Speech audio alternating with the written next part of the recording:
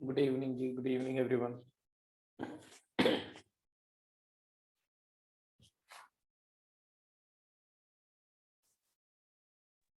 Good evening sir.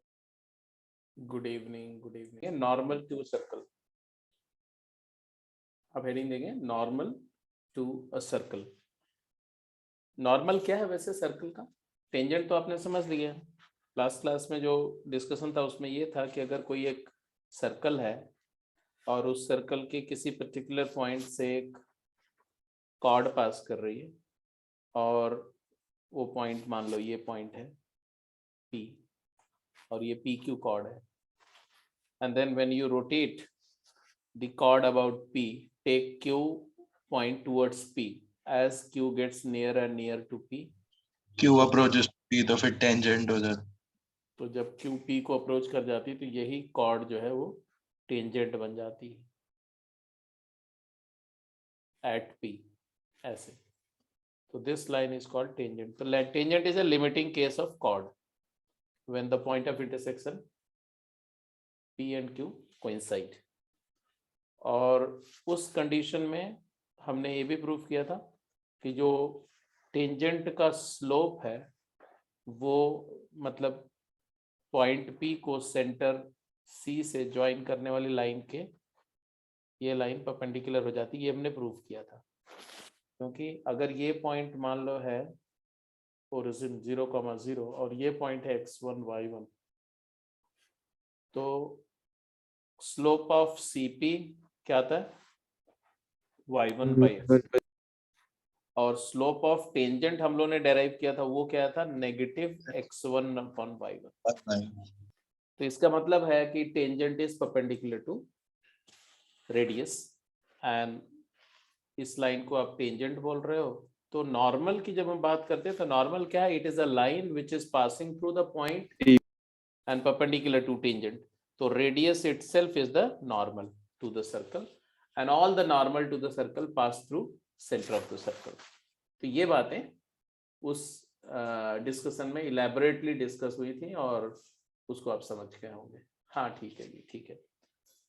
तो अगर आपसे बोले कि what is the equation of normal to the circle, तो ये लाइन अगर नॉर्मल है तो इस नॉर्मल का इक्वेशन क्या होगा? तो आप क्या लिखेंगे equation of normal? Line passing through centre and the point. 2 point form में लाइन का इक्वेशन लिख सकते हो या स्लोप पॉइंट फॉर्म में लिख सकते हो, या सीधे बोला अगर ओरिजिन सेंटर है तो स्टैंडर्ड सर्कल के लिए तो बिल्कुल ही क्लियर है। क्या हो जाएगा? स्लोप इसका है क्या? नॉर्मल का स्लोप क्या है? y1/x1। तो इसका इक्वेशन क्या हो जाएगा? तो इक्वेशन ऑफ नॉर्मल अगर आप स्टैंडर्ड सर्कल की बात करें तो वो आता है y is equal to mx। तो y is equal to y1/x1 times x, या बोल सकते हो इसको x/x1 is equal to y/y।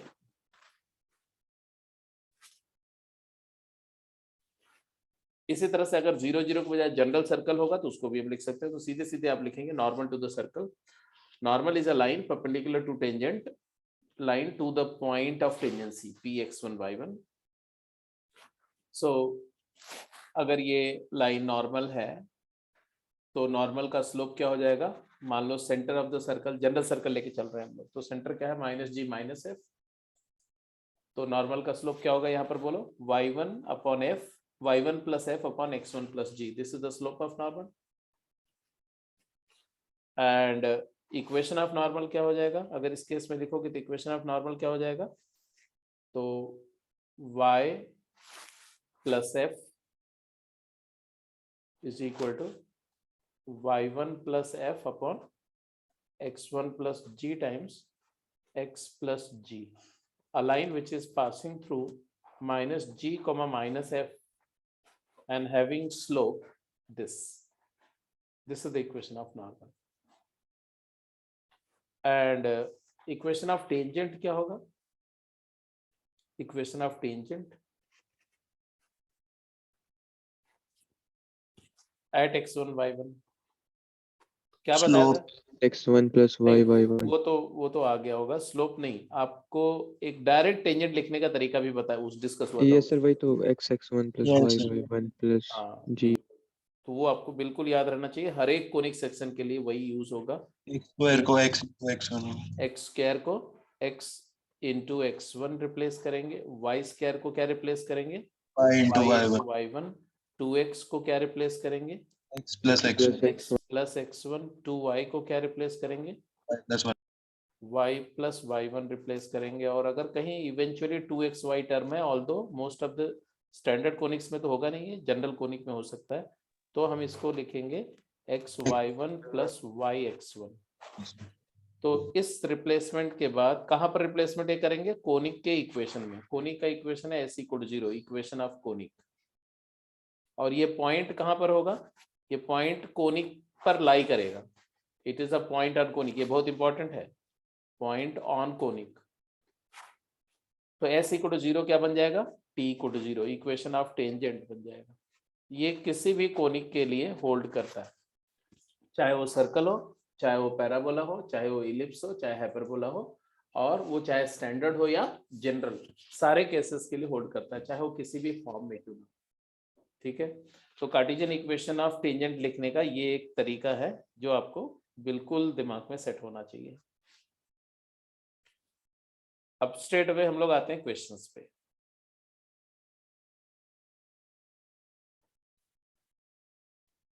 जैसे बोला find the equation of normal drawn from 3,4 to the circle that touches both coordinate axis centred in first quadrant, and also find the area of the triangle that its normal forms with coordinate axis। फटाफट answer करिए जल्दी से।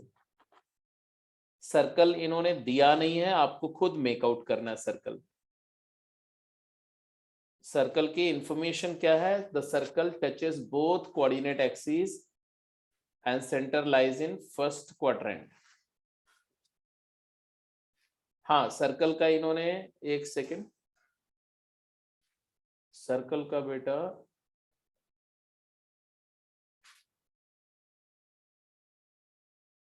Centre नहीं दिया हुआ है, radius नहीं दी हुई है ना, रेडियस, सर्कल की रेडियस लिख लो, सर्कल ऑफ यूनिट रेडियस होना चाहिए, यहाँ पर मिसिंग है वो।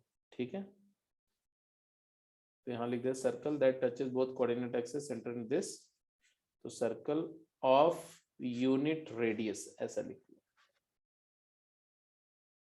सर जो रेडियस होगा जैसे वही तो सेंटर 1,1 ही होगा सेंटर का। हाँ, तो अगर रेडियस दिया, अगर रेडियस दिया 1 तो ऑब्वियसली 1,1। टचेस है तो फिर वही होगा सीधा।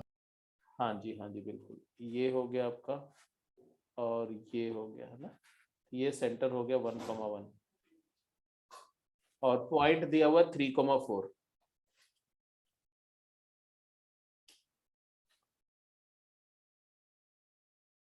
2y minus 3x plus 1. बेटा, तो ऑब्वियस सी बात है कि इन्होंने दिया पॉइंट क्या हमारा 3,4, राइट। मान लो यहाँ 3,4 पॉइंट है, यहाँ कहीं है। अब 3,4 किसी भी एक्सटर्नल पॉइंट से जो लाइन सेंटर से पास करेगी that will be the normal, ये नॉर्मल हो जाएगी।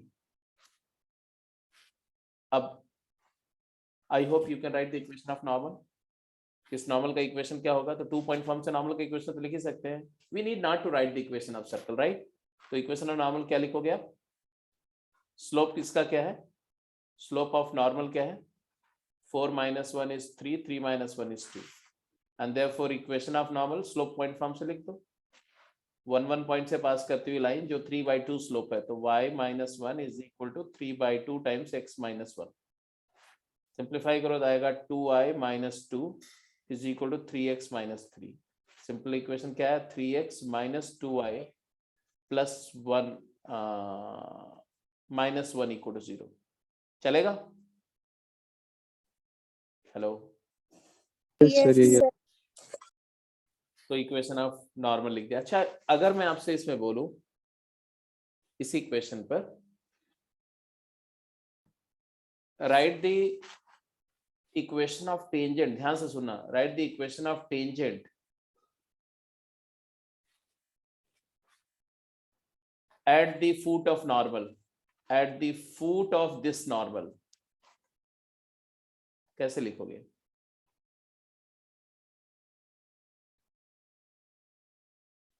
और दूसरा पूछा था कि एरिया क्या होगी, तो एरिया कौन सी?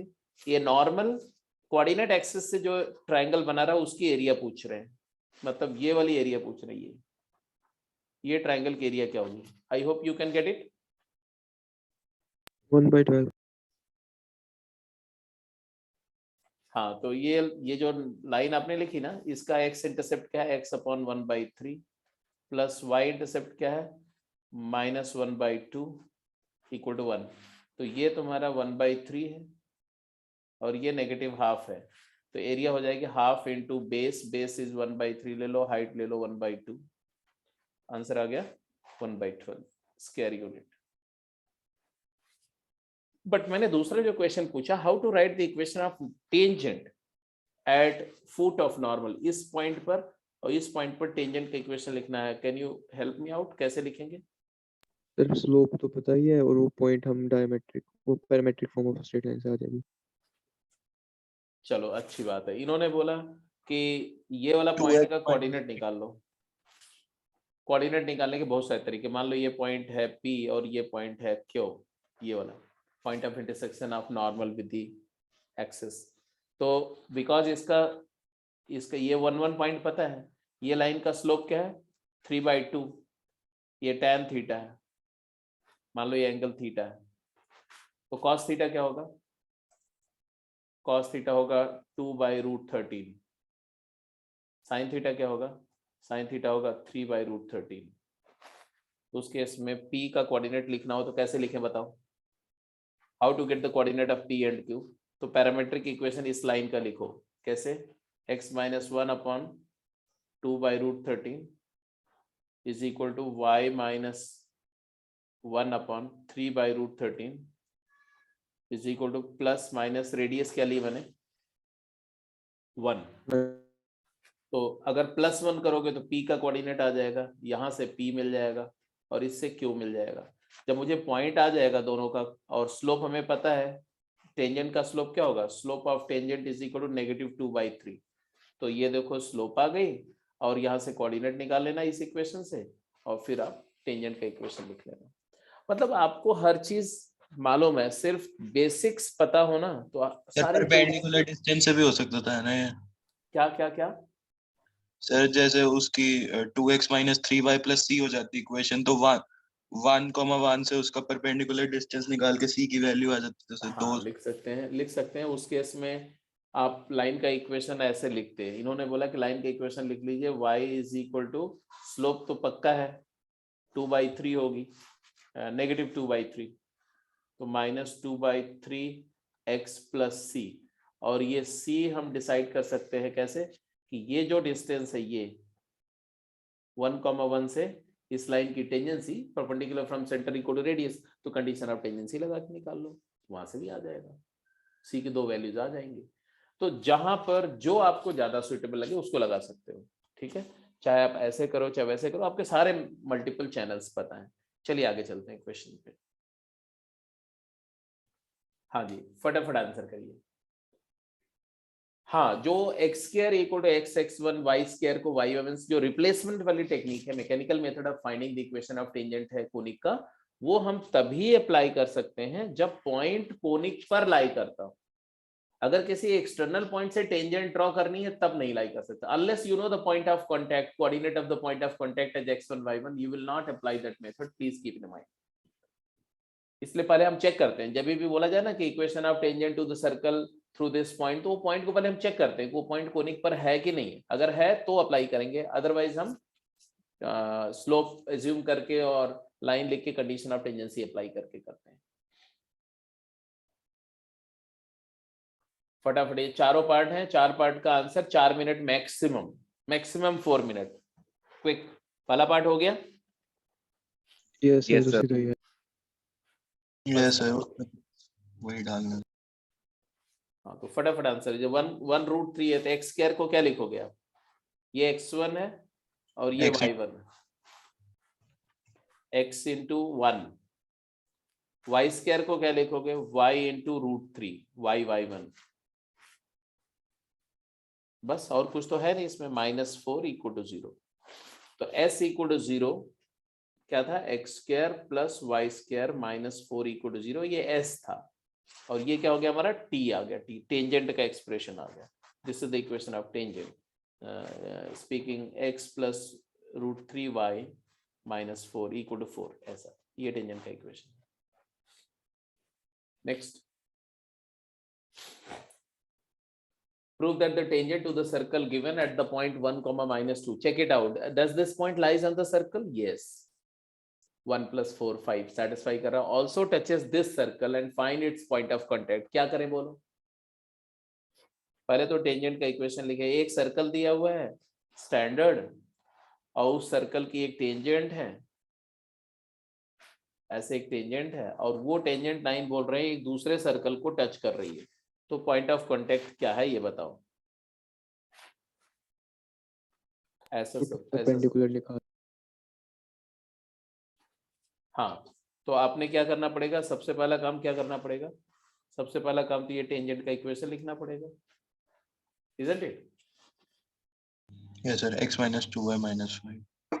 हाँ, तो ये टेंजेंट का इक्वेशन लिख दो फटाफट। ये सर्कल का इक्वेशन है x square plus y square -5 equal to 0, और ये पॉइंट दिया हुआ 1 कॉमा -2। इक्वेशन ऑफ टेंजेंट क्या है, इक्वेशन ऑफ टेंजेंट बोलो, x -2y -5 equal to 0, right. अब ये लाइन इस सर्कल को टच करी, ये सर्कल क्या है, ये सर्कल का इक्वेशन क्या है, x square plus y square -8x plus 6y plus 20 0। तो जैसे सर्कल का इक्वेशन मिले तो इंस्टेंटली आपके दिमाग में सेंटर और रेडियस स्ट्राइक करनी चाहिए। What is the centre, 4,3 4,3 minus -3। What is radius? √5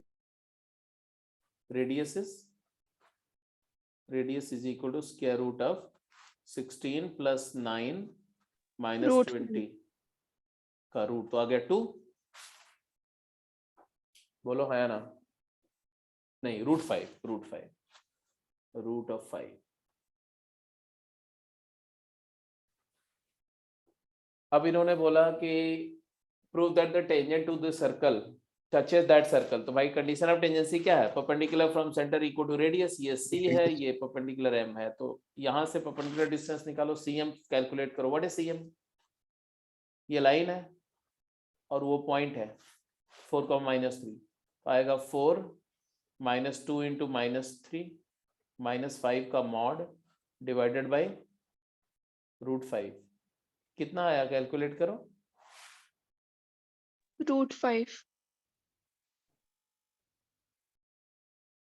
ये 6 and 4 10 -5 5 by √5 is √5, yes sir।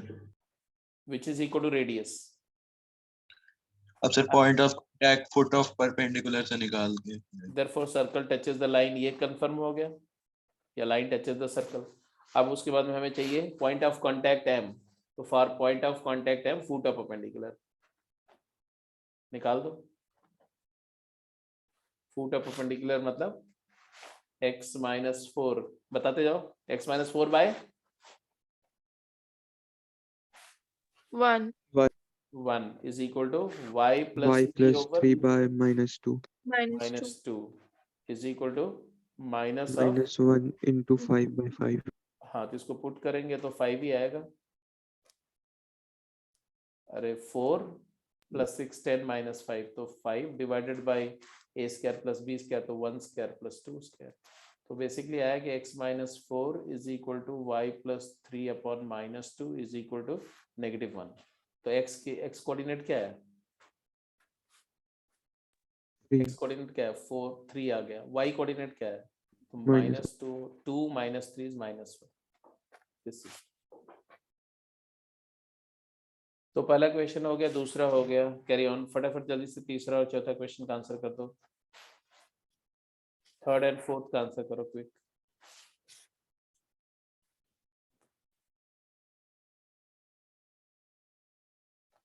बोल रहे हैं कि ये इस सर्कल गिवन सर्कल के 2,6 पॉइंट पर नॉर्मल का इक्वेशन बताओ और ये बताओ कि ये नॉर्मल सर्कल को दोबारा किस पॉइंट पर मीट करता है। तो सिंपल क्वेश्चन है, जल्दी आंसर करो, quick.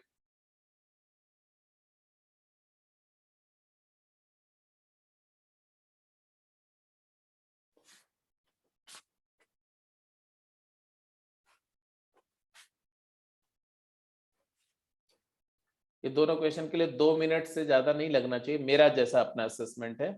You can take 3 minute, दोनों का आंसर बताओ। थर्ड आ गया। Yes sir. सर्कल का सेंटर क्या था? सर 2,3। 2,3। और नॉर्मल की बात कर रहे हैं, मतलब सेंटर से पास कर रहा होगा नॉर्मल ऑब्वियसली। किस पॉइंट पर नॉर्मल था? 2,6 और ये पॉइंट 2,3 है। तो नॉर्मल का इक्वेशन लिखने में तो कोई इश्यू है ही नहीं। क्या इक्वेशन ऑफ नॉर्मल? x = 2। बिल्कुल सही, क्योंकि ये दोनों का एक्स कोऑर्डिनेट सेम है, तो ऑब्वियसली ये लाइन क्या है? वर्टिकल लाइन होगी एक्चुअली। तो x = 2 इज द नॉर्मल, बिना कोई कैलकुलेशन के डायरेक्ट। अच्छा जी, कैलकुलेशन भी करते तो क्या है, पहले तो स्लोप डिसाइड करते हैं। स्लोप क्या आती? तो स्लोप ऑफ नॉर्मल आता इनफिनिट, मतलब स्लोप ऑफ टेंजेंट आ जाता 0। तो नॉर्मल वर्टिकल लाइन है, टेंजेंट हॉरिजॉन्टल लाइन है। वर्टिकल लाइन है तो उसका इक्वेशन x = 2 ही होता, चाहे स्लोप पॉइंट फॉर्म से लिखते तो भी वही आता। नॉर्मल का इक्वेशन आ गया। अब पूछा इन्होंने कि अगर ये नॉर्मल जो कि a पॉइंट पर ड्रा हुआ, सेंटर से पास करता हुआ होगा, b पॉइंट पे फिर से मीट करेगा, तो b का कोऑर्डिनेट तो इक्वल मिड पॉइंट फार्मूले से b का कोऑर्डिनेट आ जाएगा, isn't it? Yes sir. Yes, sir. 2 plus x coordinate of b is equal to 4 and 6 plus y coordinate of b is equal to 6। तो यहां से x coordinate of b क्या है? 2 और y x coordinate तो 2 ही आना पड़ेगा ना, क्योंकि x = 2 लाइन ही है ये। और y coordinate of b क्या आ जाएगा? 0। y coordinate 0 हो गया। तो ये हो गया तुम्हारा 2,0। First is gone, second is gone, third is gone. What about fourth? Fourth हो गया? x² + y² = 4a²।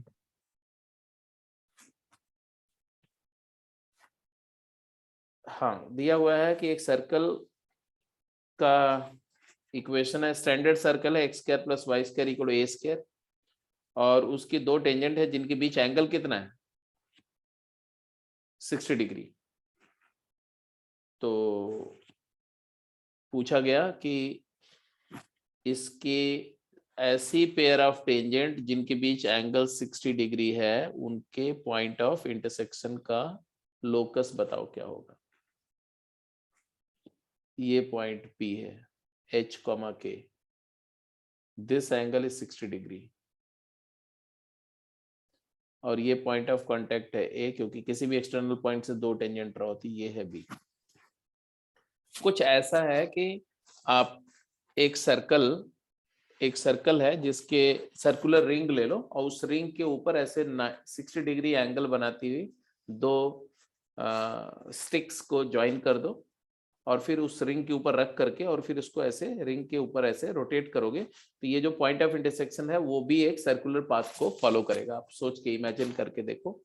तो ये अपरेंटली तो तुम्हें ऐसे दिखेगा कि ये लोकस भी एक सर्कल ही होगा, बट इस बात को मैथमेटिकली हम कैसे जस्टिफाई करेंगे? तो उसके लिए थोड़ी सर्कल की प्रॉपर्टी कि पॉइंट बी और पॉइंट ए टेंजेंट के पॉइंट ऑफ कांटेक्ट हैं, तो obviously normals at A and B will pass through centre. तो ये सेंटर यहां कहीं होगा इसका। अब यहाँ पर अगर ये सेंटर है, सेंटर डेफिनेटली क्या है? सर्कल का सेंटर क्या है? 0,0। अगर मुझे दिखाना है कि पॉइंट P का लोकस एक सर्कल है, तो मुझे शो करना पड़ेगा कि ओरिजिन मतलब सेंटर ऑफ सर्कल से इस पॉइंट की डिस्टेंस कांस्टेंट है। अगर कॉन्सेंट्रिक सर्कल है तो हमने क्या करना है? हमने बोला कि let's see what is given to us. ये पूरा एंगल 60 डिग्री गिवन है और बिकॉज एक्सटर्नल पॉइंट से टेंजेंट इक्वल लेंथ की होती हैं इसलिए ये दोनों, और ये रेडियस है और ये भी रेडियस है, तो इसका मतलब है कि ये दोनों ट्राइंगल्स POB एंड POA ये they are congruent.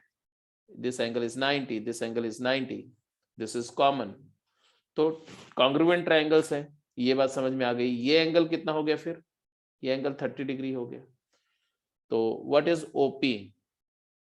OP upon OA in triangle OAP. OP upon OA क्या होगा बोलो बेटा? Hypotenuse by perpendicular corresponding to this angle 30 degree. Hypotenuse by perpendicular क्या होता है? Cosecant 30 degree. Cosecant 30 degree is 2, isn't it? Hello? Yes, Yes, sir. And therefore OP is equal to A root 2. OA तो A है, radius A है, and ये therefore क्या करा sir? क्या किया मतलब? OP is equal to A root 2 कौन सा हो गया? A root 2 नहीं 2A. A root 2 नहीं, twice of A. ये हटा दो इसको. And 2A is constant. And therefore locus is a circle with center क्या होगा? 0 0 and radius 2A. यहाँ तक क्लियर है? इक्वेशन होगा x square plus y square equal to 4A square, वो तो डिस्टेंस फॉर्मूले से भी आ जाएगा. ये रेडियस हो गई, तो ये पॉइंट से डिस्टेंस कांस्टेंट है, इसका मतलब ये कॉन्सेंट्रिक सर्कल हो जाएगा लोकस. क्लियर है? कोई दिक्कत तो नहीं है? क्लियर है सर.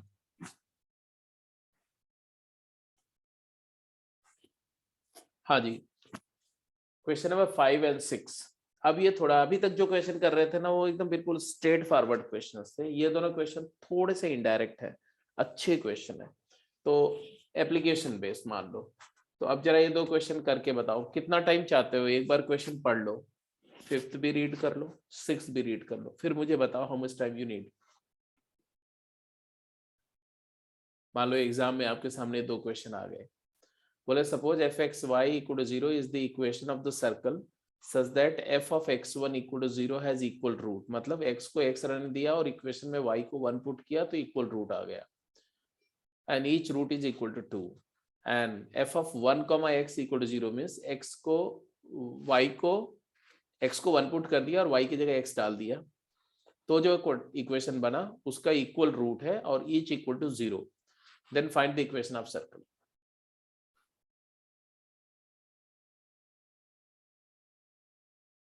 इसी तरह छठा क्वेश्चन है find the range of values of a such that the angle theta between the pair of tangent drawn to the circle x square plus y square equal to 1. Unit circle है, centre 0 0 है.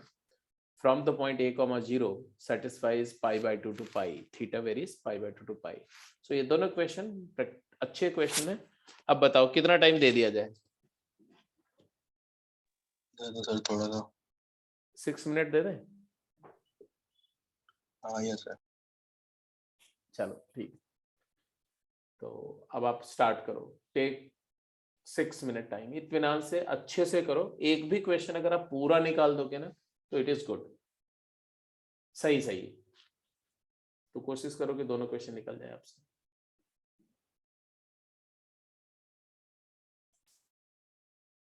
ठीक है जी. Well done. कुछ लोगों ने तो कर लिया. अब जरा 5th क्वेश्चन को मैं डिस्कस करता हूँ. क्या किया, किसका इसका आंसर आ गया? साकेत तुम्हारा आंसर आ गया था 5th का और 6th का भी, और सुकृत तुम्हारा भी आंसर आ गया 5th का, ख्वाहिश का भी आंसर आ गया. अच्छा, सबका अलग अलग आंसर आ रहा है. वाह क्या बात है भाई. ओके, सेंटर भी अलग अलग आ रहा है, रेडियस भी अलग अलग. चलो ओके, तो ऐसा करते हैं सबसे पहले जिसने आंसर दिया मैं उससे पूछूंगा. साकेत बोलो. Sir x is equal to 1 और y is equal to 1 tangent हो जाएंगे सर्कल के, और हमें फिर पॉइंट ऑफ कांटेक्ट दे रखा है, फिर वहां से नॉर्मल बना के सेंटर आ जाएगा, रेडियस आ जाएगा. Very good.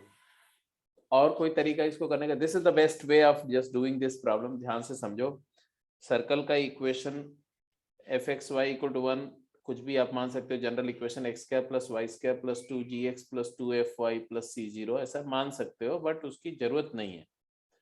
देखो कोऑर्डिनेट ज्योमेट्री का मतलब क्या होता है, अगर आप अलजेब्राइक इंफॉर्मेशन को ज्योमेट्रिकली इंटरप्रेट कर सको और ज्योमेट्रिक इंफॉर्मेशन को इक्वेशन के फॉर्म में लिख सको, that means you know coordinate geometry. और जब तक आप ये नहीं करने लगोगे तब तक आपको, मैं ये बोलूंगा कि अभी आपको कोऑर्डिनेट ज्योमेट्री आप लर्न कर रहे हो, अभी सीख नहीं पाया पूरी तरह से। जैसे इन्होंने बोला ये एफ एक्स वाई है और इन्होंने बोला एफ ऑफ एक्स कॉमा 1, मतलब क्या हुआ? मतलब हुआ कि एक्स वाई की जगह 1 पुट करना। मतलब क्या हुआ? F of x1 equal to 0 क्या है? It is equation obtained by solving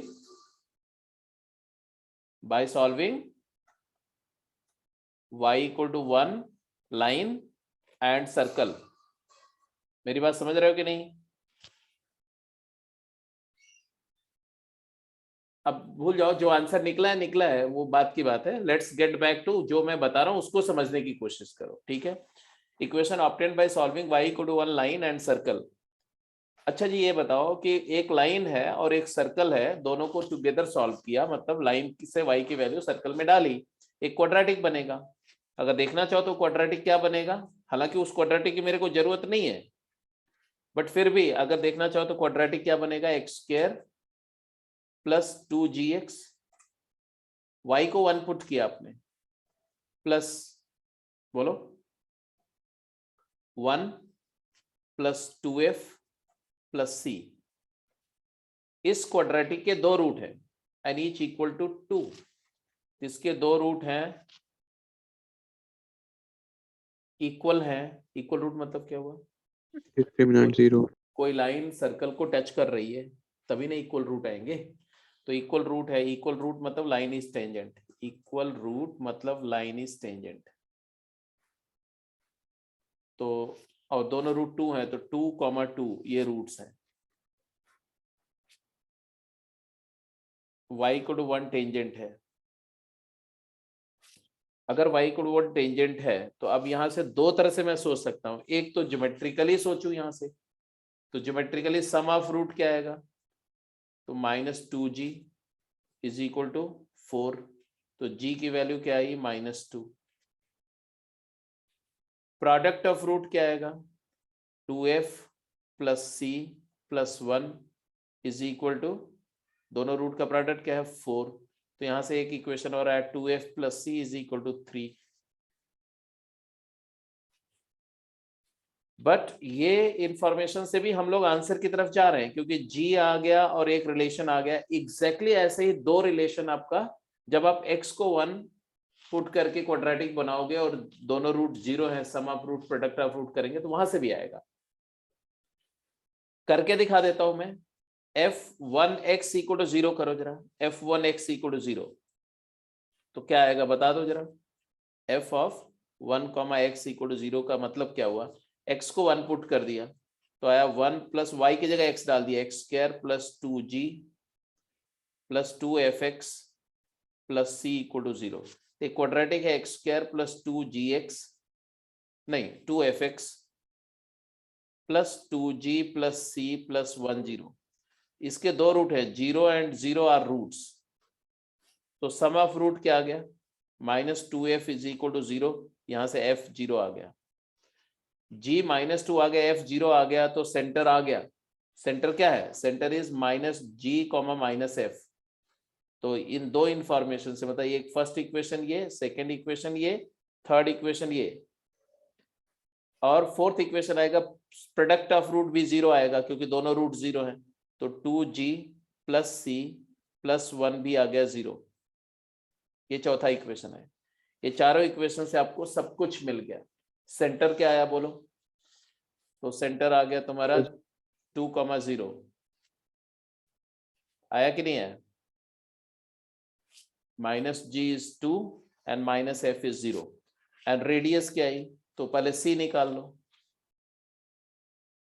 F की C3 आ वैल्यू जाएगा। एफ की वैल्यू यहाँ पुट कर दो 0, तो सी की वैल्यू 3 आ गई।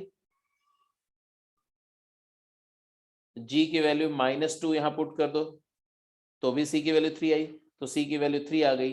तो रेडियस आर कितना आ गया, √g² is 4, f² is 0 and सी की वैल्यू 3 -3, तो रेडियस 1 आ गया। तो रेडियस 1 है और सेंटर 2 0 है, तो इक्वेशन ऑफ सर्कल आया, इक्वेशन ऑफ सर्कल आया x+2 नहीं x-2 का होल स्क्वायर, या डायरेक्ट भी आ जाएगा, यहां से डायरेक्ट भी आ जाएगा, अगर वैल्यूज डाल दो तो भी आ गया, क्यों ये सब करने का जरूरत है। x² + y² + 2gx - 4x 4 = and 0। 2fy, तो y का टर्म होगा नहीं, c की वैल्यू क्या है 3, तो +3 = 0। किसका किसका इक्वेशन यही आया था, जल्दी बताओ पहले। यही आया था सर। मेरा भी यह था सर। ऐसे ही किया था, कितने लोगों ने ऐसे ही किया था? सर पहला पार्ट ऐसे करा था, फिर जब दूसरा करने लगा तब पता लग गया था कि टेंजेंट वाले फॉर्म से भी कर सकते हैं। अब देखो इसको आइडियली इस क्वेश्चन को कैसे करना चाहिए, रैंकर्स कैसे करेंगे, तो वे ऐसे बोलेंगे कि एक सर्कल की हम लोग बात कर रहे हैं, जिस सर्कल की एक टेंजेंट है y = 1, y = 1 उसकी एक टेंजेंट है कि नहीं? कौन से पॉइंट पर टेंजेंट है, तो y तो 1 है, x कोऑर्डिनेट क्या है 2, 2,1 पॉइंट पर, तो 2,1 पॉइंट पर y = 1 टेंजेंट है, मतलब है कि ऐसे एक हॉरिजॉन्टल लाइन इसको टच कर रही है और पॉइंट ऑफ कांटेक्ट आ गया क्या 2,1 आ गया। इतनी बात सबको समझ में आ रही कि नहीं? और ये बात बिना कोई भी कैलकुलेशन के आपको रिफ्लेक्ट करनी चाहिए। सिमिलरली फिर आगे क्या बोल रहे हैं, x = 1 भी टेंजेंट है, कौन से पॉइंट पर, जहां पर y 0 आएगा, y कोऑर्डिनेट x है ना, तो x की वैल्यू 0 आ रही है, तो x = 1 एक वर्टिकल लाइन है, वो भी इसको टच कर रही है, और वर्टिकल लाइन टच कर रही है, कौन से पॉइंट पे टच कर रही है, जिसका y कोऑर्डिनेट 0 थी, ये कौन सा पॉइंट है, पॉइंट ऑफ कांटेक्ट है 1,0, तो x = 1 line touches this circle eight 1 0, y = 1 line touches the circle eight 2 1, तो भाई पॉइंट ऑफ कांटेक्ट आ गया तो सेंटर आ जाएगा कि नहीं, इस टेंजेंट के परपेंडिकुलर लाइन हॉरिजॉन्टल लाइन होगी y = 0, इस टेंजेंट के वर्टिकल लाइन नॉर्मल होगी x = 2, वर्टिकल लाइन है, तो ऑब्वियसली x = 2 और y = 0 जहां कहीं भी मीट करेंगे उस सेंटर का कोऑर्डिनेट क्या हो गया 2,0, और रेडियस क्या है, तो ये डिस्टेंस ले लो तो भी आपको पता चल रहा है रेडियस 1 है, और ये डिस्टेंस तो भी 1, तो सीधे इक्वेशन x - 2 का होल स्क्वायर + y² = 1, तो ये डायरेक्ट x² + y² - 4x + 3 = 0। तो एक तरीका ये है सॉल्व करने का, और एक तरीका आपने पहले देखा सॉल्व करने का। नेचुरली अगर आपको इस प्रॉब्लम को विद इन अ मिनट खत्म करना है, हाफ मिनट पे खत्म करना है, तो डेफिनेटली आपको मेथड 2 से ही जाना पड़ेगा, मतलब आपका जो विजुअलाइजेशन है इतना स्ट्रांग होना चाहिए कि आप सीधे समझ लो कि ये सर्कल का नेचर क्या होगा और इक्वेशन क्या होगा। 5th क्वेश्चन हो गया, 6th भी हो गया। Yes. 6 में क्या क्या दिया गया था और कैसे क्या किया? आइसोसेलेस ट्रायंगल बन गया था सर। हाँ, स्टैंडर्ड सर्कल दिया हुआ है, आइसोसेलेस ट्रायंगल बन गया होगा, आइसोसेलेस ट्रायंगल बन गया ऐसे, फिर क्या किया? सर वहां से ए आ जाएगा और फिर हम पास लेके आएंगे ए को।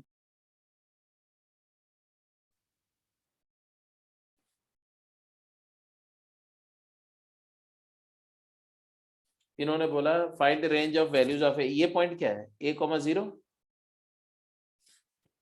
और सर्कल का इक्वेशन है x² + y² = 1,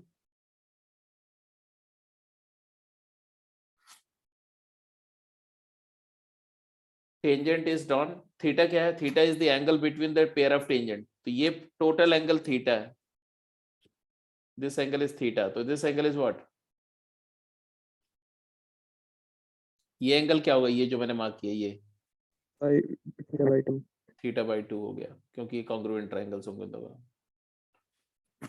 अब इन्होंने बोला क्या, find the range of values of a क्या होना चाहिए, ऑब्वियस सी बात है, देखो if you take a away this angle is going to reduce, if you take a towards this angle is going to increase. अगर ए यहाँ आ जाएगा तो ये एंगल 180 हो जाएगा, दोनों टेंजेंट कोइंसाइड कर जाएंगे और 180 हो जाएगा। यहाँ पर थीटा पाई से π/2 होना चाहिए, इन्होंने ऐसा बोला।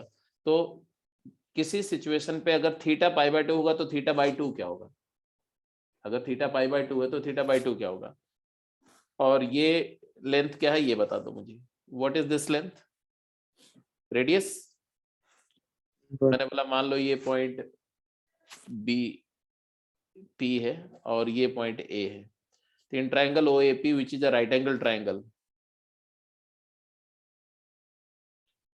this OP is 1 and OA is A and this angle is θ/2। तो यहां से आपको कुछ स्ट्रेट वे दिख रहा है,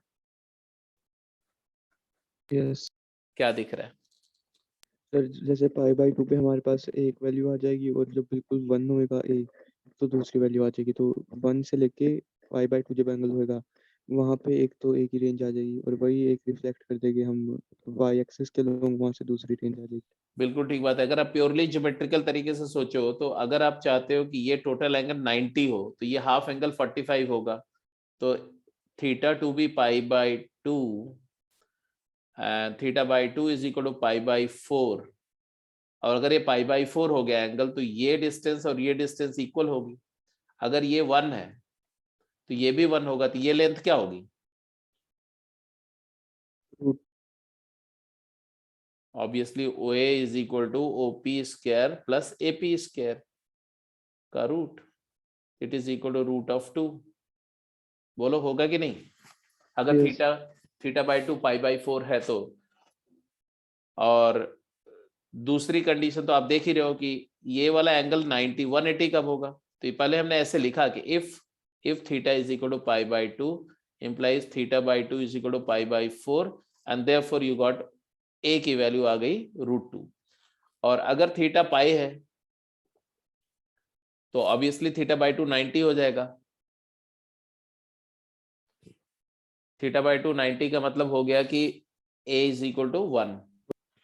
तो यहां से A की रेंज क्या आई, तो A 1 से मतलब मॉड A, बोलो मॉड A बिलोंग्स टू क्या आया, 1 से √2 1 से √2। ओपन। हाँ ओपन रखना पड़ेगा क्योंकि वहां पर भी ओपन है, and therefore A belongs to -√2 से -1 यूनियन 1 से √2। अगर आप ये विजुलाइज कर रहे हैं तो अच्छी बात है, नहीं विजुलाइज कर रहे हैं तो ऐसे भी सोच सकते हैं, ऐसा कुछ नहीं है। देखो अगर ये 1 है और ये A है तो मैं तो सीधे बोल रहा हूं ना कि A अपॉन ये hypotenuse divided by this perpendicular, A upon 1 is equal to कर दिया था मैंने तो। Cosecant θ/2। A upon 1 is cosecant θ/2। तो यहां से आपके पास में यहां से भी तो आ जाएगा ना, क्या आ जाएगा, थीटा 90 डाल। हाँ तो यहां से सीधे आ जाएगा कि थीटा तुम्हारा क्या दिया हुआ है, इन्होंने दिया हुआ थीटा π/2 से पाई, तो θ/2 क्या हो गया π/4 से π/2। तो कॉसेकेंट थीटा, कॉसेकेंट ऑपरेट करो, कॉसेकेंट कैसा फंक्शन होता है, फर्स्ट क्वाड्रेंट में डिक्रीजिंग फंक्शन होता है, तो कॉसेकेंट ऑपरेट करो, कॉसेकेंट π/4 क्या होगा √2, लेस क्या हो जाएगा ग्रेटर, कॉसेकेंट θ/2 ग्रेटर कॉसेकेंट π/2 इज 1। तो आ गया A बिलोंग्स टू √2 to 1 से √2। तो ये A का पॉजिटिव साइड हुआ है, एग्जैक्टली इसी तरह की सिचुएशन इधर भी होगी ऐसे ऐसा, तो एक यहाँ पर भी आएगा, ये वाली रेंज आएगी ऐसे जैसे यहाँ वाली रेंज आएगी, तो you got both the answer. तो ये आंसर आ गया तुम्हारा। Go ahead next. टेंजेंट और नॉर्मल हो गया। इसके बाद लिखेंगे equation of chord with mid point x1 y1. Equation of chord whose middle point is given as x1 y1. Can you write the equation of such chord of the circle? You have been given a circle, standard circle ही दे रहा हूं अभी मैं आपको, x square plus y square equal to 1, और इसकी एक chord का equation आपको लिखना है जिसका मिडिल पॉइंट है x1 y1.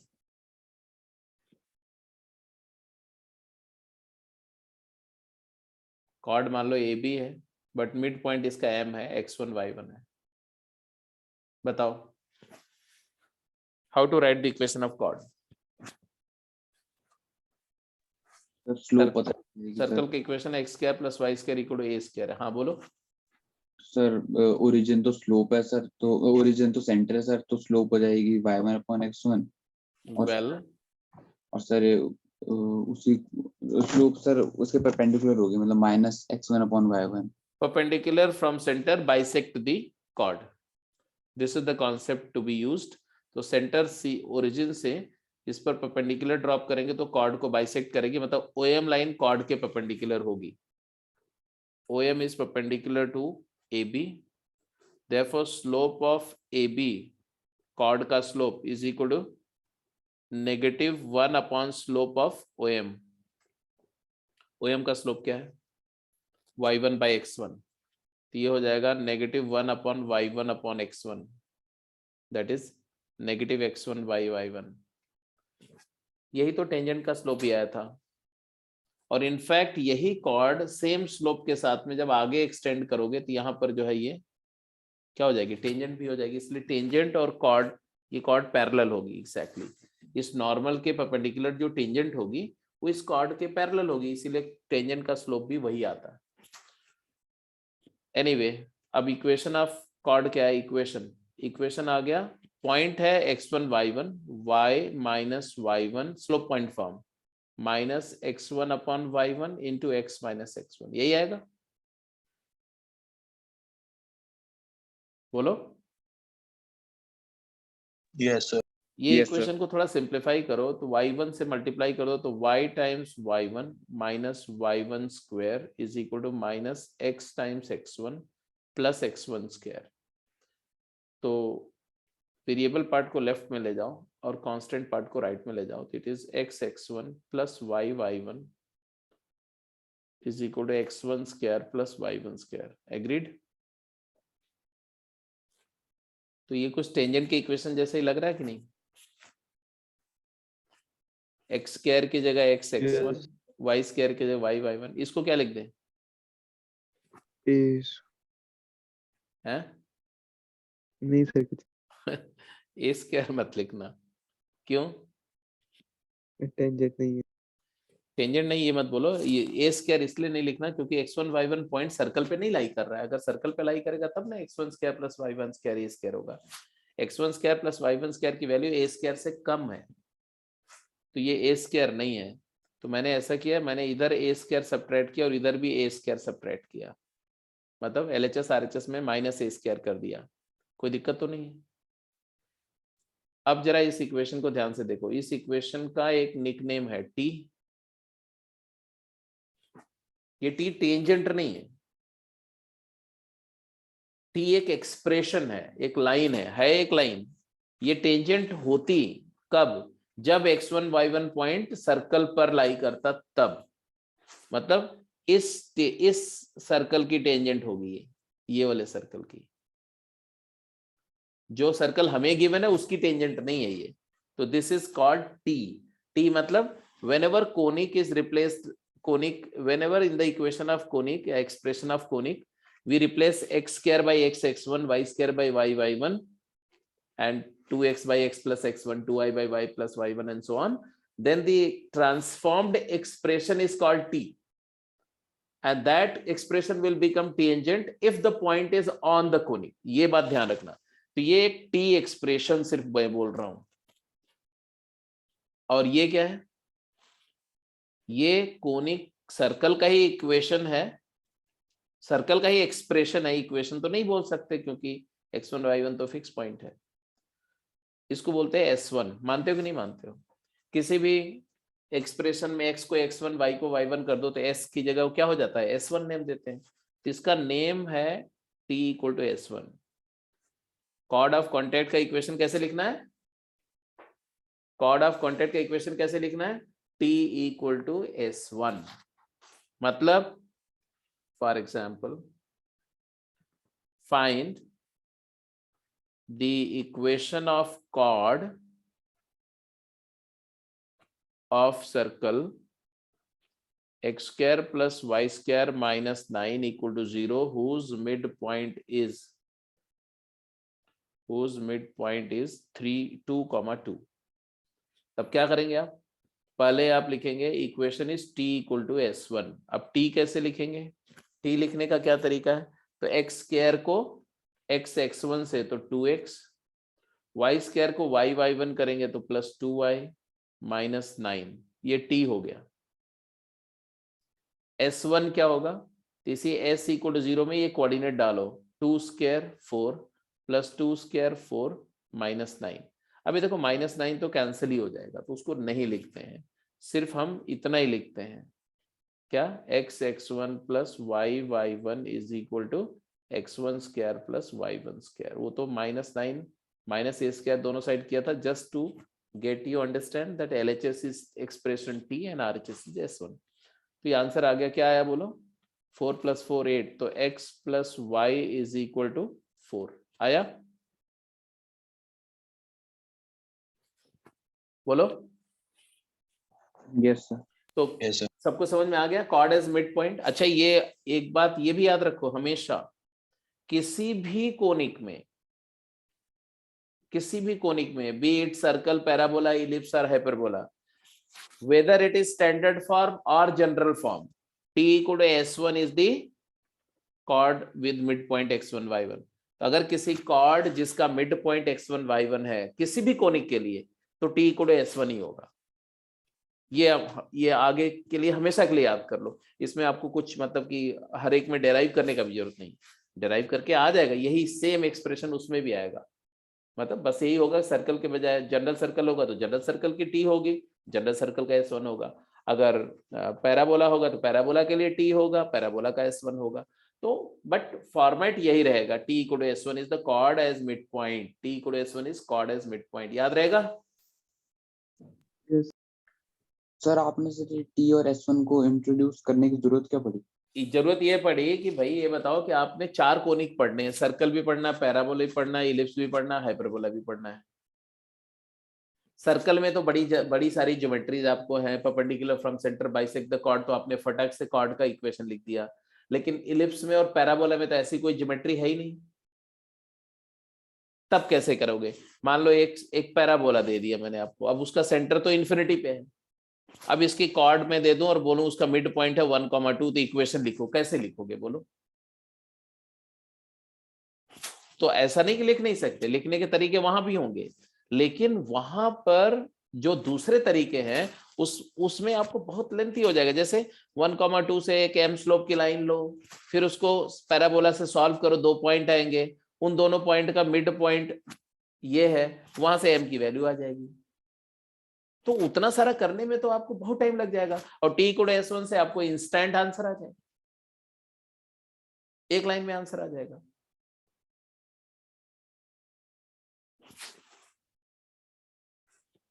Are you getting my point or not? Yes sir.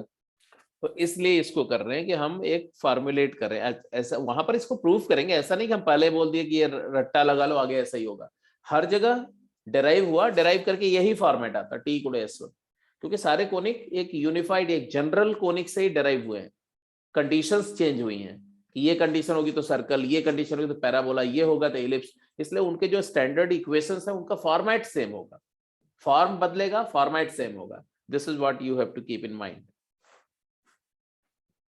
तो equation of chord with mid point x1 y1 पूरा डेराइव किया आपने। ड्राइव करने के और भी तरीके हैं, this is not the only way. आप ये पॉइंट के x1 y1 इसको x2 y2 ले लो, ये mid point x1 plus x2 y2 y1 plus y2 y2 लेकर के वहां से भी डेराइव होने के तरीके, लेंथी होगा वो डेरिवेशन, इसलिए हम लोग शॉर्टकट तरीके से डेराइव कर रहे हैं। For any conic section the equation of chord whose middle point is x1 y1 is always given by the expression t equal to s1। Question है find the equation of chord of this circle whose mid point is 2,1, पहला question है। दूसरा find the mid point of chord subtended by this line with this circle. चलिए answer करिए। Find the mid point of chord subtended bye the line x + y = 2 with circle this. और दूसरा है, पहला तो एकदम स्ट्रेट फॉरवर्ड है, cord का इक्वेशन ही लिखना है।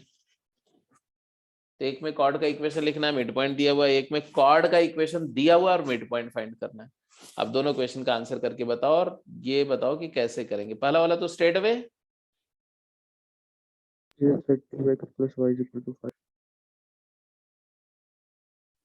हाँ पहला वाला तो स्ट्रेट अवे है। आप t को s1 से करेंगे तो स्ट्रेट अवे है, 2x + y = 2 square + 1 square।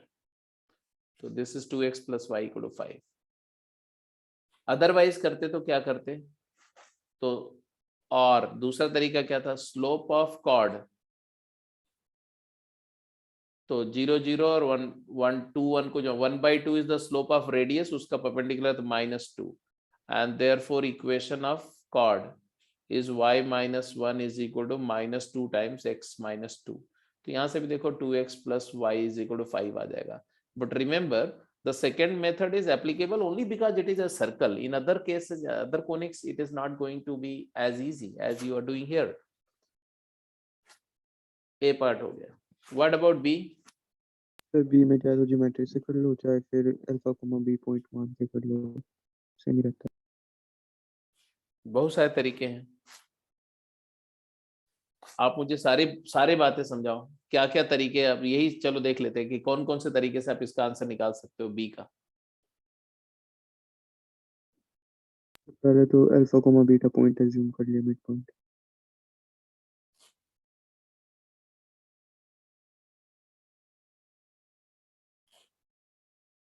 ठीक है, इन्होंने बोला कि x + y = 2 इक्वेशन कॉर्ड का दिया हुआ है, ये 2 पॉइंट पर मीट करता होगा a एंड b पे। मिड पॉइंट हमें चाहिए अल्फा कॉमा बीटा, ये निकालना है। तो इन्होंने बोला कि एक तरीका ये है कि आप मिड पॉइंट को मान लो कि अल्फा बीटा है। चलो मान लिया, फिर sir alpha x + beta y = alpha square + beta square, ये फिर उन्होंने बोला कि आप mid point alpha beta assume करके देखो। एक मेथड 1 ये सजेशन में आ रहा है कि let mid point be alpha beta.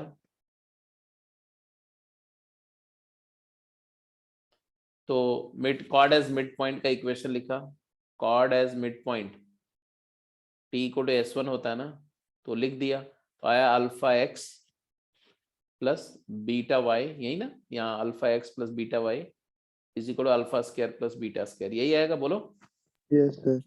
और ये इक्वेशन और ये इक्वेशन सेम है, कौन सा, x + y = 2। तो इन दोनों, because they both are same equation of same line, compare कर लो। कंपेयर करोगे तो α/2 = β/1 = alpha square + beta square by 2। तो यहां से आपको अल्फा बीटा की वैल्यू मिल जाएगी। अल्फा बीटा की वैल्यू आ जाएगी कि नहीं। मान लो ये अल्फा/1 आएगा सर। α/1 β/1 है, हाँ जी बिल्कुल ठीक बात है। तो आप क्या करोगे आप, तो मान लो ये 1, ही आ गया बस सीधा। इन दोनों से ले लो, तो देख करके ही पता चल रहा है। बट अदरवाइज अगर मान लीजिए ये कॉम्प्लिकेटेड होता, मान लो या 1 होता 2 होता, यहाँ नहीं सीधे पता चल रहा होता, तो आप मान लेते हैं कि अल्फा और बीटा की वैल्यू क्या है, k, k है, अल्फा भी k है, बीटा भी k है। फिर एक इक्वेशन में पुट कर देते k, तो आ जाएगा 2k² बाई 2 = k। तो यहाँ से आप देखोगे k² - k0, तो यहाँ से k की वैल्यू आ जाएगी k = 0 और 1। तो k = 1 लेंगे तो वहां से आपको फटाफट आंसर आ जाएगा। सर आपने वो मिड पॉइंट का सर शायद वो भी बताया था, -cm/1 + m², वो इसी का था सर वो। हाँ, -cm/1 + m²। तो मेरे को भी एग्जैक्ट याद नहीं सर, बट आपने वो बताया था। परपेंडिकुलर डिस्टेंस के लिए बताया था, वो मिड पॉइंट के लिए ऐसा नहीं। मिड पॉइंट के लिए तो आप सीधे सीधे ये करो ना, फुट ऑफ परपेंडिकुलर, ये भी तो कर सकते थे मेथड 2। Yes. हाँ यस सर। जब 0,0 है तो सीधे फुट ऑफ परपेंडिकुलर ड्रॉप करो ना, perpendicular from centre bisect the chord, geometry. तो स्ट्रेट अवे आ जाएगा मिड पॉइंट x अपॉन 1 ये लाइन है is equal to y upon 1 is equal to बोलो negative of 0 plus 0 minus two divide by 2। आ गया कि नहीं आ गया? 1,1 आया कि नहीं आया? तो मिड पॉइंट Yes. आ गया 1,1। तो मिड पॉइंट निकालने का दूसरा मेथड फुट ऑफ परपेंडिकुलर है। पहला मेथड ये है। तीसरा मेथड भी हो सकता है। तीसरा वैसे मेथड तो क्या है? बना के ही देख लो तो बहुत इंटरसेप्ट निकाल लेंगे। नहीं नहीं नहीं नहीं, कुछ मत करो। ये ओरिजिन से पास करते हुए लाइन होगी तो पक्का है। ये line x Yes, plus y equal 2 है। इस लाइन का स्लोप क्या है? इस लाइन का स्लोप -1 है। ये लाइन का स्लोप 1 होगा तो ये line y equal to x हो गई। तो y इक्वल टू x और x plus y equal to 2 को सॉल्व कर लो। y equal to x and x plus y equal to 2 को सॉल्व कर लो तो आ जाएगा x equal to y equal to 1। ये भी सर तरीका है इंटरसेप्ट सोचने। निकाल के भी तो कर सकते थे। किसका इंटरसेप्ट? सर अगर हम इसको ग्राफ में वैसे करें तो जो लाइन है वो 0,2 और 2,0 पे कट करेगी, फिर उसका मिड पॉइंट निकाल लेंगे। नहीं तो ये कर सकते हैं, लेकिन प्रॉब्लम ये है कि ये कैसे तुम्हें पता है कि उसका मिड पॉइंट और कॉर्ड का मिड पॉइंट सेम ही आएगा? Sir y is equal to x के बाद सर सिमेट्रिक है ना। नहीं तो ये ठीक है। मान लो दूसरा केस होगा तो फिर उसमें नहीं होएगा ये। हाँ, तो फिर से इसलिए ऐसा नहीं करना चाहिए। हाँ स्पेसिफिक केस है तो यहाँ कर सकते हो, ऐसा कुछ नहीं है। यहाँ पर आप बोल रहे हैं कि ये ऐसे लाइन मतलब y एक्सिस x एक्सिस, तो कोऑर्डिनेट फ्रेम में बोल रहे हैं कि आप देख लो। कोऑर्डिनेट फ्रेम में देखोगे तो आपको थोड़ा सा आइडिया मिल जाएगा। तो ठीक है, ये सब सोच सकते हैं क्योंकि लाइन ऐसे कुछ होगी, ऐसे है। तो एक बार यहाँ कट कर रही तो दोनों इंटरसेप्ट बेसिकली अगर देखो तो 2,0 और 0,2 है। और because y equal to x के अबाउट सिमेट्री है तो यही इसी का मिड पॉइंट 1,1 हो जाएगा। तो ये भी बोल सकते हैं, बट ये तब है ना क्योंकि ये सर्कल कुछ इस तरह से है। सर्कल अगर थोड़ा सा चेंज हो जाए तो दिक्कत हो जाएगी ना। सर्कल अगर स्टैंडर्ड ना हो तो दिक्कत हो जाएगी। Okay sir. या ये लाइन भी सिमेट्रिक है ना, y इक्वल टू x के परपेंडिकुलर है। अगर ये लाइन थोड़ी सी टिल्ट हो जाए 2x plus y equal to 5 type की लाइन हो जाए तो प्रॉब्लम हो जाएगी ऐसे सोचने पर। Yes sir. चलो ठीक है। एक और तरीका था, शायद आप में से किसी ने बोला नहीं। मेथड 1 सबको समझ में आ गया, मेथड 2 समझ में आ गया, मेथड 3 समझ में आ गया। क्लियर है ना? एक और अप्रोच थी, किसी ने नहीं बोला। x plus y equal to 2 को सर्कल में y equal to 2 minus x put कर दो। ये तो दिख ही रहा था वो। X square plus 2 minus x का whole square minus 9 equal to 0 एक क्वाड्रेटिक बन गया। 2x square minus 4x plus minus 5 equal to 0। इस क्वाड्रेटिक के दो रूट है XA एंड XB, ए और बी के कोऑर्डिनेट। तो XA प्लस XB क्या दिख रहा है? Sum of root 2। तो XA प्लस XB बाई 2 क्या आ गया? 1। तो इसका तो मिड पॉइंट का x कोऑर्डिनेट 1 आ गया, अल्फा की वैल्यू 1 आ गई। और बिकॉज ये पॉइंट लाई तो इसी लाइन पे कर रहा है तो x की वैल्यू 1 पुट कर दो तो y भी 1 आ गया। तो यहां से भी आ गया। तो तमाम तरीके होंगे सोचने के। अब वो डिपेंड करता है कि आपको ऑन द स्पॉट वहां पर क्या स्ट्राइक करता है। ठीक है, इस पर डिपेंड करेगा। अल्टीमेट बात है स्ट्राइक करना चाहिए। आप कैसे भी करके आंसर निकाल लो, बट निकालने के बाद थोड़ा और सोच लो सो दैट वो मेथड्स है ना, कहीं पर एक मेथड ज्यादा बेटर होगा, दूसरा वाला ज्यादा आसान हो जाएगा, कहीं पर दूसरा वाला लेंथी हो जाएगा, पहला वाला आसान हो जाएगा। तो आपको थॉट प्रोसेस सारी दुरुस्त होनी चाहिए, पता होना चाहिए कि कैसे कैसे सोच सकते हैं। कॉर्ड एज मिड पॉइंट आ गया। इसके बाद आप लिखेंगे जरा कॉर्ड ऑफ कॉन्टैक्ट। एक कॉन्सेप्ट लिखेंगे कॉर्ड ऑफ कॉन्टैक्ट, जरा मैं बता दूं अलग से फिर बात आती है इस पे। लिखेंगे, हेडिंग लेंगे chord of contact. Chord of contact, chord of contact. Chord of contact क्या है? ये भी सारे कोनिक में ये टर्म आपको मिलेगा। कॉर्ड ऑफ कॉन्टैक्ट के लिए सबसे पहले तो बोल रहे हैं कि कॉन्टैक्ट। तो एक मान लो एक सर्कल है, सर्कल या कोई भी कोनिक हो सकता है। इस सर्कल के आउटसाइड पर एक पॉइंट दिया हुआ है। इस पॉइंट से सर्कल पे definitely, because the point lies outside, so there will be two possible tangents externally drawn from the point to the circle. What you are given? You are given a circle. Let me take it as standard circle, x square plus y square minus a square equal to 0. S मान लो, एक point P दिया हुआ है, x1, y1 उसका coordinate है, external है point है, circle पे नहीं लाई कर रहा है. From this point P, two tangent will be drawn respectively touching the circle at say A and B point. So AB are known as point of contacts. मानते हो कि नहीं मानते हो? AB are known as point of contact, and once you join A and B, you get a chord of circle, and that chord is known as chord of contact.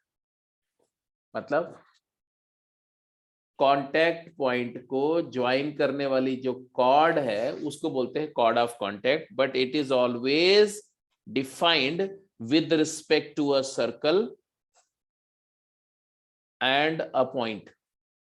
समझो इस बात को. तो ये कॉर्ड चेंज होगी. अगर आप circle यहां फिक्स रखो, पॉइंट को इधर उधर ले जाओ तो ये कॉर्ड चेंज होगी. जैसे पॉइंट मान लो यहां आ गया तो टेंजेंट्स बदल जाएंगी जी. अब यहां से एक टेंजेंट ऐसे हो गई, दूसरी टेंजेंट ऐसे हो गई, तो कांटेक्ट पॉइंट चेंज हो गए, तो कॉर्ड चेंज हो गई. ये कॉर्ड ऑफ कांटेक्ट हो गई. So what is chord of contact? लिखो, अब डिफाइन करो. समझ में आ गया ना क्या है?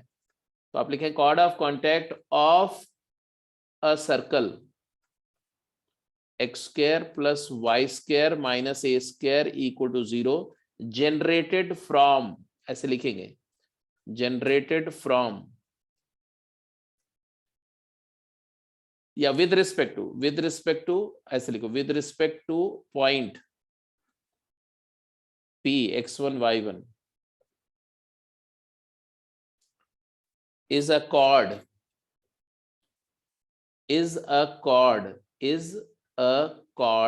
obtained by joining the point of contacts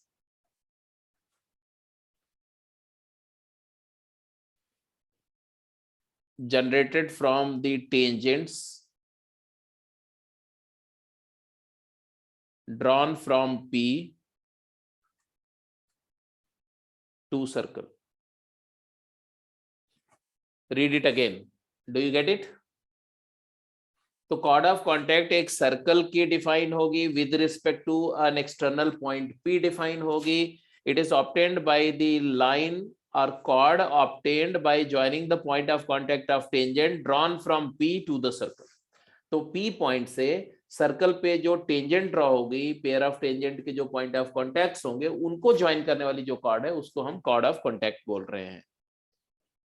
If you change the circle, the chord will change. If you change the point, the chord will change. So it is always relative to a point and a circle होगा. अब इसका equation लिखना है हमें. क्या होगा equation इसका? How to get the equation? तो दो मेथड है इसका इक्वेशन लिखने का, मेथड 1 एंड मेथड 2. मेथड 1 क्या है?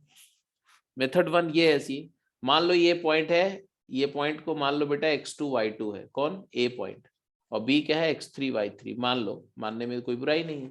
तो let A is x2 y2 and B is x3 y3. ये जो मेथड मैं बता रहा हूँ प्योरली अलजेब्राइक मेथड है, ये सारे कोनिक्स में अप्लाई होगा ये मेथड. तो can you right the equation of tangent? Equation of AP बोलो क्या होगा, एंड इक्वेशन ऑफ BP बोलो क्या होगा, जल्दी बोलो. कॉन्टैक्ट पॉइंट दिया हुआ, सर्कल का इक्वेशन दिया हुआ, क्या बोलोगे? x x2 plus y y2 minus a square 0. मानते हो कि नहीं मानते हो?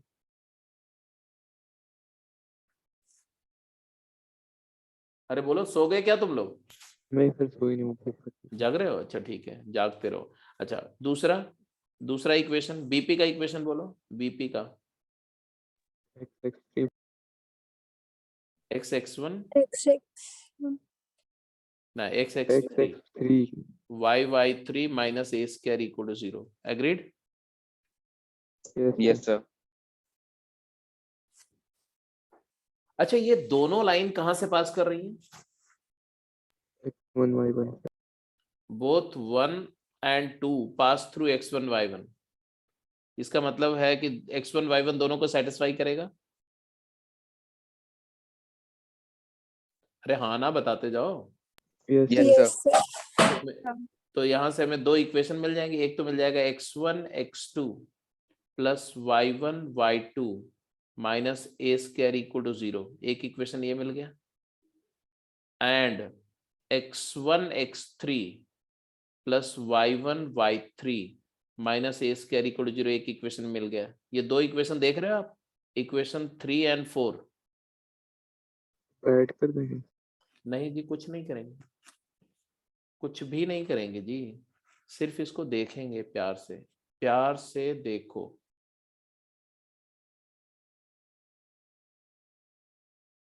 देखो मगर प्यार से। क्या दिखा?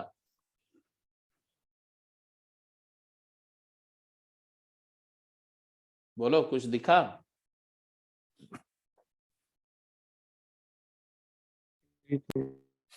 इन दोनों को ऐड करेंगे तो एक हट जाएगा। बैठ ना लगे। नहीं, इन दोनों को सब्ट्रैक्ट करेंगे तो एक हट जाएगा। अच्छा, यही दिखा? तब प्यार से देख ही नहीं रहे तो कैसे दिखेगा? इन दोनों इक्वेशंस को देख करके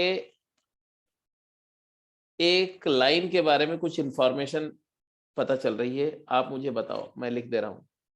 this implies a line x x1 plus y y1 minus A square equal to 0 passes through, जल्दी बोलो, fill in the blank, fill in the blank। A and B x1 y1 अच्छा, passes through A and B। x3 y3 और x2 y2। हाँ, x2 y2 and x3 y3, और दो point से पास करने वाली लाइन क्या एक ही होगी कि दो तीन होगी? दो होगी। अच्छा दो गिवन पॉइंट से पास करने वाली दो लाइन होती है? नहीं, एक ही होगी। एक ही होगी। So therefore it is equation of chord of contact.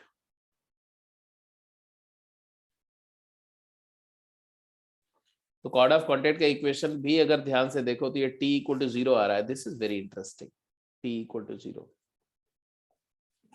तो t इक्वल टू 0 एक एक्सप्रेशन है जो x स्क्वायर को x x1, y स्क्वायर को y y1 और 2x को x प्लस x1, 2y को y plus y1 and 2xy को x y1 plus y y1 replace करके कोनिक में आता है। बट ये t इक्वल टू 0 टेंजेंट होगा जब पॉइंट कोनिक पर लाई करेगा। जब पॉइंट कोनिक के बाहर लाई करेगा तो सेम इक्वेशन टेंजेंट नहीं होगी, क्योंकि पॉइंट तो बाहर है, तो होगी क्या? कॉर्ड ऑफ कॉन्टैक्ट होगी। तो कॉर्ड ऑफ कॉन्टैक्ट और टेंजेंट का इक्वेशन सेम होता है, सिर्फ फर्क होता है पॉइंट का, कि पॉइंट ऑन द कोनिक है या आउटसाइड ऑफ कोनिक है। याद रहेगा? याद मतलब प्रूव हो गया है। t equal to 0, t equal to 0 के बारे में मैंने क्या बताया, आप एक नोट करके लिख लो, यहीं पर नोट, इंपॉर्टेंट नोट है। t equal to 0 is tangent if p x1 y1 lies on conic, and this is chord of contact. Same equation, chord of contact if p lies outside conic, and same is called polar। ये आपके syllabus में नहीं, polar of conic if point P lies inside conic. तो केवल polar of conic भी पढ़ाना हो तो मुझे जो है वो दो लेक्चर लग जाएंगे सिर्फ पोलर पे। बट एनीवे वो सिलेबस में नहीं है तो उस पर हम नहीं जाते हैं। दो चीजें तो है, टेंजेंट तो है और कॉर्ड ऑफ कॉन्टैक्ट भी है। याद रहेगा ना साहब? पॉइंट ऑन द कोनिक है तो ये इक्वेशन t इक्वल टू 0 जो लिखेंगे वो टेंजेंट का इक्वेशन मिलेगा, लेकिन पॉइंट अगर आउटसाइड कोनिक है तो यही same t equal to 0 format जो आएगा वो कॉर्ड ऑफ कॉन्टैक्ट को रिप्रेजेंट करेगा। And this you have to keep it alive in your head. हाँ बोलो. सर पोलर की डेफिनेशन तो बता दो. मैं अलग से बताऊंगा. अब यहाँ क्लास में डिस्कस. पोलर की डेफिनेशन क्या है? Polar is a line. Polar is a line. It is locus of. मान लो अंतर पे एक पॉइंट है. इसको हटा दो. नोट कर लिया इसको कि नहीं पहले बताओ. कर लिया गया. चलिए तो देखो ऐसा सिचुएशन है कि अगर मान लो कोनी कैसा है, मान लो सर्कल ही ले लेते हैं. तो सर्कल के अंदर कोई भी पॉइंट ले लो, x1 y1. So from any point which lies inside the circle, how many chords can be drawn? How many chords you can draw through this point P, x1 y1? Infinite. infinite. Secant जिनको बोलते हैं. You draw a secant, like this is one secant, this is another secant, and there can be infinite many secants, infinite many such secants. So secant cut the conic at 2 points, say A and B. The another one cut at 2 points C and D. So if you draw tangent at A and also draw tangent at B,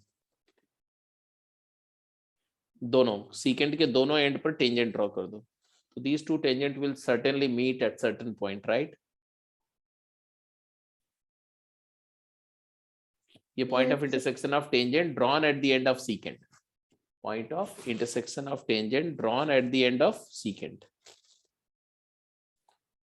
मतलब point P से पास होने वाली secants के end point पर tangent का जो point of intersection है वो एक तो होगा नहीं, कितने होंगे?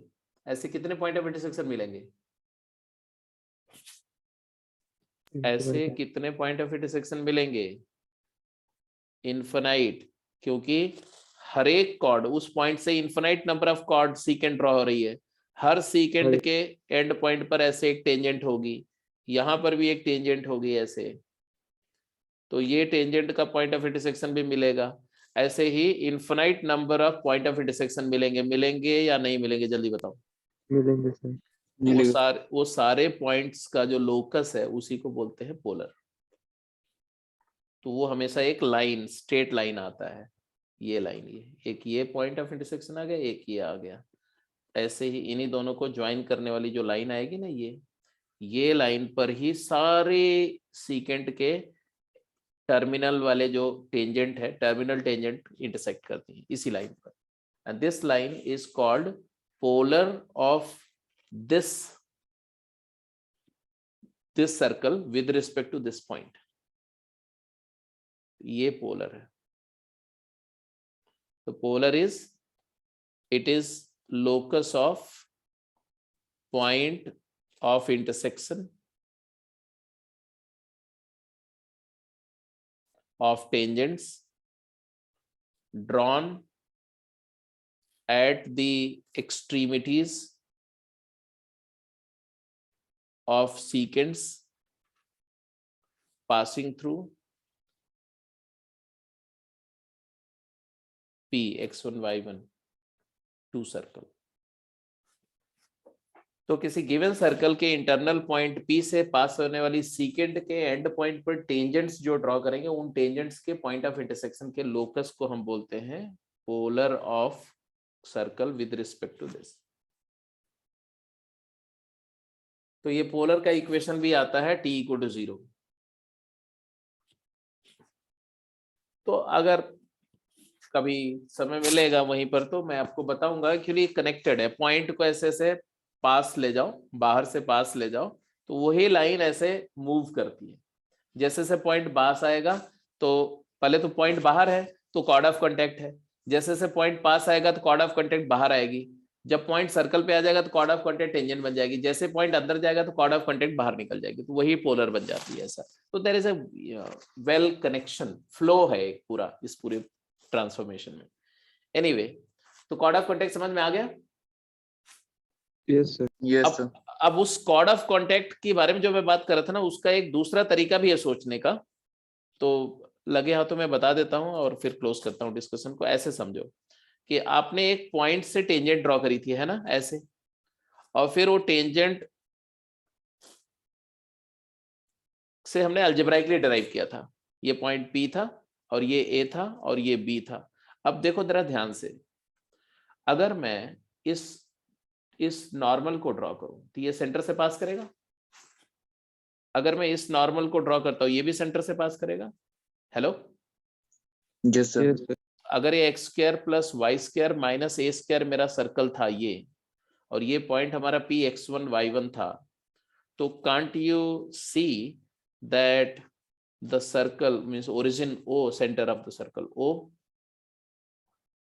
and A and B and P are concyclic? Yes sir. क्योंकि ये 90 ये 90 है, तो ये साइक्लिक क्वाड्रिलेटरल है ना। O A P B is cyclic quadrilateral, and therefore I can write a circle this, इस सर्कम OP सर्कल को मैं लिख diameter सकता हूँ। हाँ, ये सर्कल को लिख देते हैं, पहले लिख चुके हैं ऐसा।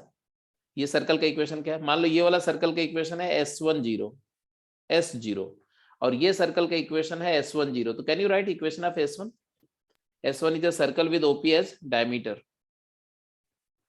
x into x minus x1 plus y into y minus y1 equals 0. हाँ, x into x minus x1 plus y into y minus y1 equal to 0. So you can write this as x square plus y square minus x into x1 minus y into y1 equal to 0. ये S1 equation आया। और ये क्या है? ये S equal to 0 है, ये वाला। और जो लाइन की बात कर रहे हो ना बेटा, कॉर्ड ऑफ कॉन्टैक्ट जिसको बोल रहे हो, वो इन्हीं दोनों सर्कल की कॉमन कॉर्ड है कि नहीं? Yes Yes. sir. Yes sir. Chord of contact is a common chord, तो आप लिख दो, I'm sorry.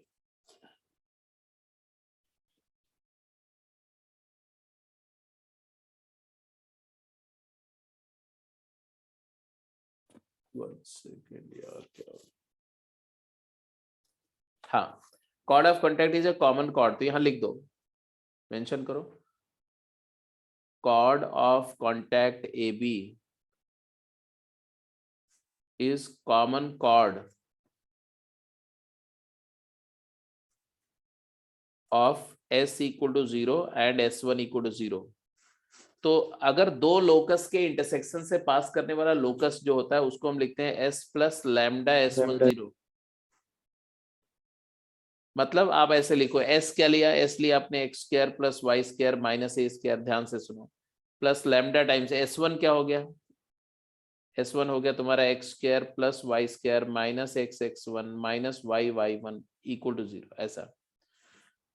बट ये तो एक सर्कल होगा ना, ये ए और बी से पास करने वाले किसी भी सर्कल का इक्वेशन होगा, ये फैमिली ऑफ सर्कल का इक्वेशन होगा, लेकिन एक पर्टिकुलर लैम्डा की वैल्यू के लिए ये लाइन बन जाएगी।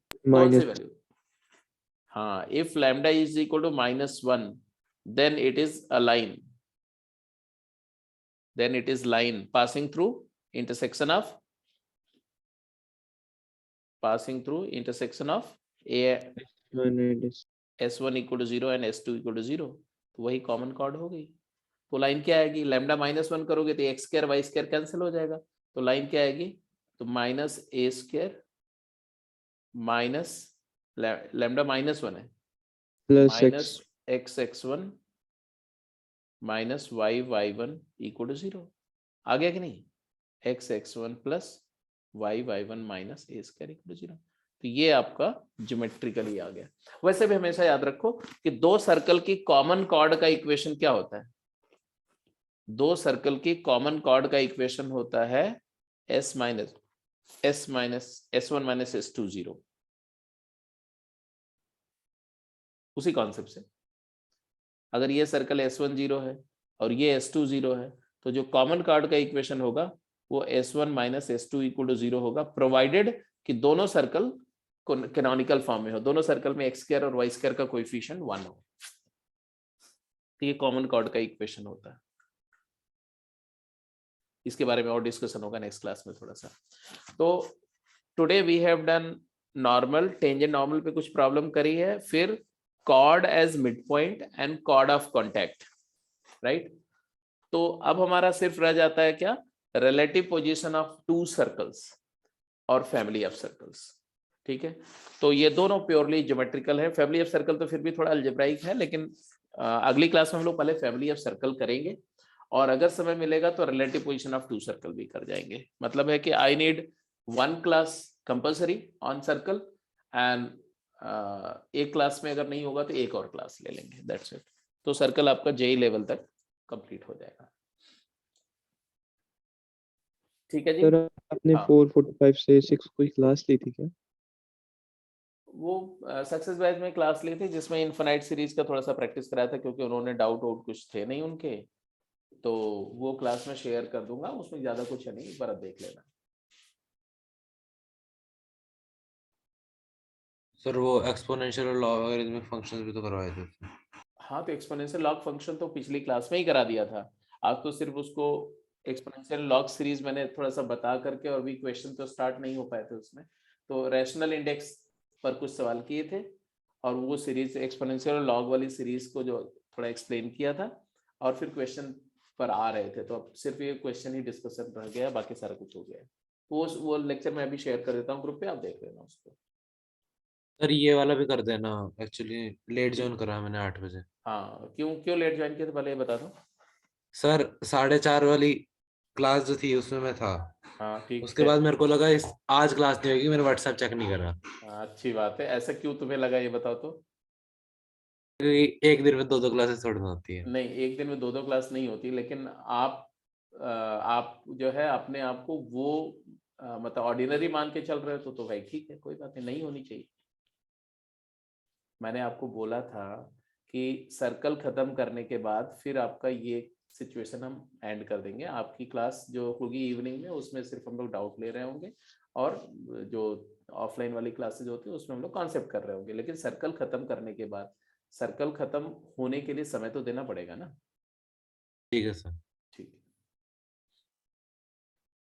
चलो ठीक है, फिर क्लोज करते हैं। हाँ, इसमें मैं देख रहा था कि आप बाइनोमियल के सारी शीट्स कर सकते हो, सर्कल पे आप 4th शीट तक कर सकते हो, गेम 4 तक, गेम 1 2 3 4 कंप्लीट कर सकते हो। सर एक और बात पूछनी थी, हाँ बोलो। ये आपने जो ये रिवीजन डीपीपीस दी थी वो कर सकते हैं अभी? नहीं, वो तो मैंने बोला ही था कि उसको कर सकते, करने के लिए ही दिया था, अदरवाइज मैं क्यों देता, करने के लिए ही ठीक दिया है सर। था। लेकिन अब वो देखो ना बेटा कि मैंने बोला कि ये हम चाहते कि उसको आप रिवीजन स्टार्ट करो, थोड़ा थोड़ा क्वेश्चन करते रहोगे तो रिवीजन होता रहेगा, लेकिन जो करंट में चल रहा है उसको तो कवर करना पड़ेगा ना। अगर वो उसको करने के बजाय अगर उस पे लग जाओगे और इसको छोड़ दोगे तो वो गलत है। ठीक है सर। ठीक है, तो आप इसको करो, उसको ऐसे करो ना, जब आप थोड़ा सा मूड फ्रेश करने के लिए कि ठीक है यार थोड़ा मिक्स करके दूसरे क्वेश्चन कर लें, जो टॉपिक रनिंग टॉपिक चल रहा है उसके अलावा भी कुछ क्वेश्चन करने, ऐसा मान के कर लिया करो थोड़ा थोड़ा सवाल। चलो ठीक है, सो क्लोज करते हैं। मैं अभी शेयर कर दे रहा हूँ इस लेक्चर को ग्रुप पे, Thank you, इसको भी और उसको भी। ओके, ठीक है sir, good night. Good night बेटे, गुड नाइट। कल होगी कोई क्लास? कल हाँ वो वाली क्लास होगी बेटा, सक्सेस की क्लास होगी, उसके अंदर में उनको मैंने बोला है वो डाउट्स लेंगे, और बाइनोमियल के, और पीएनसी, और पीएनसी के नहीं, बायनोमियल के बाइनोमियल। डाउट्स ले सकते हैं हाँ, उसमें? बाइनोमियल के डाउट आप शेयर बिना कर कल की दोगे। हो ही नहीं डाउट क्लास। नहीं नहीं, कल क्लास होगी, बाइनोमियल के ही डाउट लेने हैं। अगर डाउट कम होंगे तो मैं प्रैक्टिस करा दूंगा और इनफ्राइड सीरीज पे। सर और बाइनोमियल में तो है नहीं सर डाउट। बाइनोमियल में है। डाउट है ही नहीं बिल्कुल। नहीं नहीं है सर। है तो शेयर कर दो, आप ठीक। शेयर कर दोगे तो वो भी डिस्कस हो जाएगा उसमें। तो आप सभी लोग बाइनोमियल के डाउट शेयर कर दो, ठीक है। सर बस वो गेम 6 में जो उनसे वो था रैशनल इंडेक्स, वो नहीं हुआ। हाँ, तो अभी आज जो लेक्चर शेयर कर दूंगा उसको देख लेना। हाँ यशस्वी, कुछ बोल रहे थे आप। सर आपने हमारे ग्रुप में वो सर्कल की टेक्सचर एक्सरसाइज शेयर नहीं करी है। अभी मैं करवा देता हूँ बेटा। Okay sir. ठीक।